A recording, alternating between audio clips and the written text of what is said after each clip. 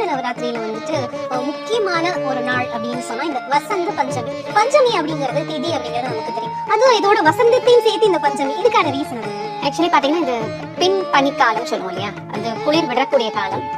இந்த காலத்துல வந்து ஒரு வசந்த காலத்தை ஆரம்பிக்கக்கூடியது. வசந்த காலம்ங்கிறது வந்து உங்களுக்கு மார்ச் ஏப்ரல்ல வரக்கூடிய காலம் தான். அதற்கு ஒரு முன்னோட்டமாக வரக்கூடிய காலம் அந்த வசந்த பஞ்சமின்னு சொல்லக்கூடியது. முக்கியமா இந்த பஞ்சமி, வசந்த பஞ்சமினா அந்த பஞ்சமி விரதம் இருக்கும்பொழுது அவங்களுடைய வாழ்க்கை வந்து ரொம்ப அற்புதமா வசந்தமாக மாறக்கூடும் அப்படிங்கிறதுனால அந்த பெயரை வைத்திருக்கிறார்கள். முக்கியமா பாத்தீங்கன்னா ஷாமலா நவராத்திரி அப்படிங்கிறதே ஒரு சிறப்பான ஒரு விஷயம். அதுல ஒவ்வொரு நாளும் ஒரு தாற்பயம் உண்டு.